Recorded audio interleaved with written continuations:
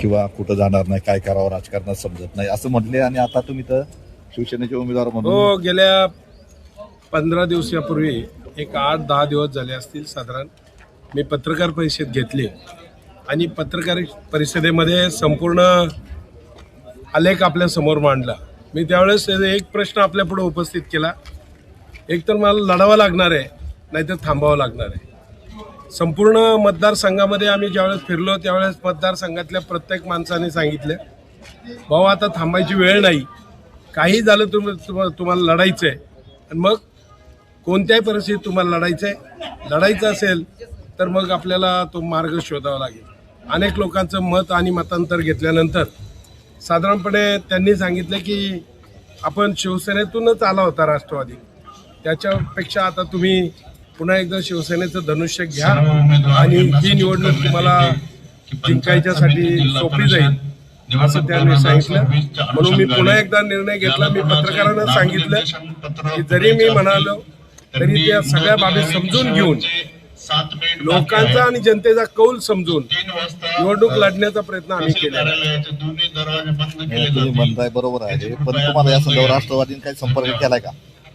याच्यासाठी राष्ट्रवादी पक्षाने मला संपर्क केला नाही, कारण मी जेव्हा सांगितलं की 50-60 कार्यकर्त्यांमध्ये उमेदवाराची घोषणा झाल्याच्या नंतर आता उमेदवार बदलणं नामुष्की होईल ही गोष्ट त्यांना वारंवार लक्षात येत होती आणि म्हणून त्यांनी याच्यासाठी संपर्क केलेला नाही. मी त्याच दिवशी सांगितलं मी जनतेचा कौल घेऊन लोकांसमोर जाईल, जसं मला लोक म्हणतील त्या दृष्टीने त्या मतदारसंघातल्या लोकांच्या बरोबर आम्ही असू.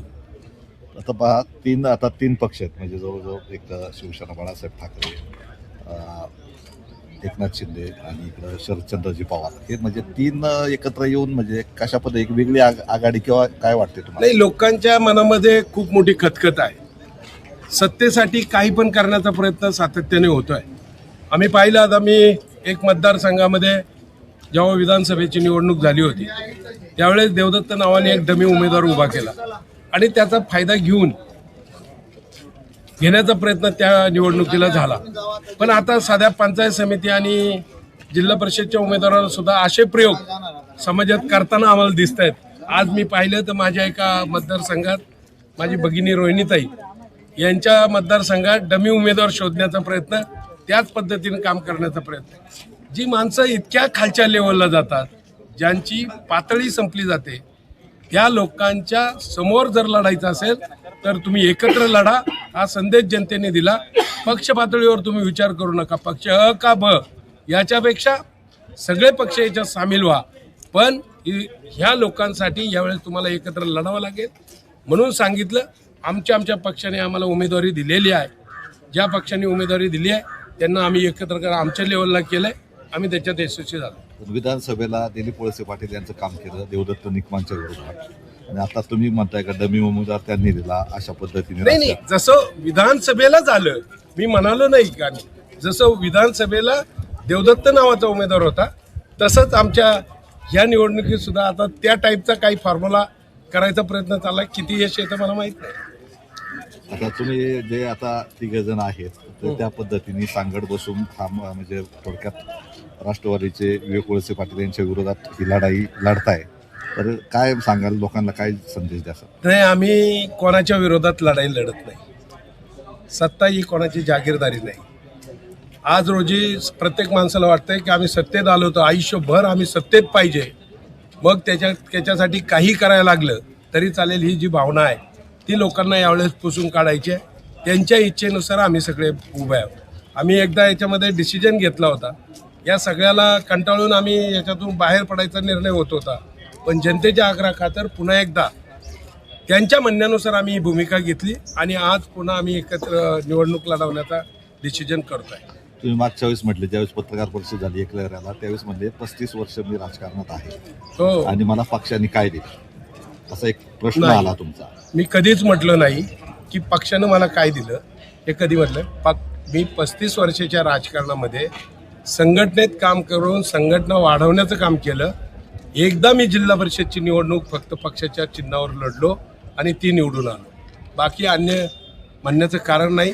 मी अन्य कोणती निवडणूक लढलो नव्हतो आणि कुणी काय दिलंय लोक 2 वर्ष झालं, 5 वर्ष झालं, 7 वर्ष झालं तर त्यांना सत्तेच्या बाहेर राहण्याची मानसिकता नसते. अनेक लोकांची तुम्ही हिस्ट्री जर चेक केली तर त्याच्यामुळे लक्षात येईल प्रत्येकाला आज सत्तेमध्ये राहण्यामध्ये इंटरेस्ट आहे, लोकप्रतिनिधी म्हणून वावरण्यात इंटरेस्ट आहे, अनेक संस्थेवर प्रतिनिधित्व करण्यामध्ये इंटरेस्ट आहे. आम्हाला मात्र त्या संदर्भात इंटरेस्ट नाही.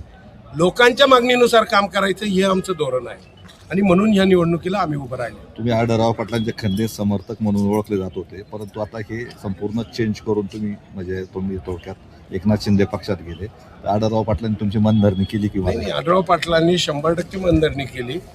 पण आढळराव पाटलांच्या संदर्भात तुम्हीच काही गोष्टी आमच्या समोर आणल्या. केवढ्या मोठ्या नेत्याच्या संदर्भात मंचरची नगरपंचायत झाली. नगरपंचायतीमध्ये जी नगरपंचायत शिवसेनेच्या गेली 15 वर्ष ताब्यात होती, निगोशिएशन करताना 2 जागा वाट्याला आल्यात आणि याच्यामध्ये जर असं पाहिलं की हा याच्या विचाराचा आहे आणि तो त्याच्या विचाराचा आहे म्हणून तिथं जर उमेदवारीला प्रॉब्लेम येत असतील. अख्ख्या तालुक्यामध्ये निवडणूक 15 जागेत जवळजवळ निवडणूक आहे. अख्ख्या तालुक्यामध्ये 10 पंचायत समिती, 5 जिल्हा परिषद आणि जेणेकरून एवढी काळजी त्यांनी घेतली की आढळराव पाटलांच्या विचाराचं ह्या तालुक्यामध्ये उमेदवार राहता कामा नये.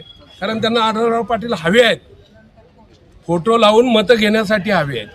त्यांना त्यांच्या कार्यकर्त्याला सत्ता देण्यामध्ये इंटरेस्ट नाही.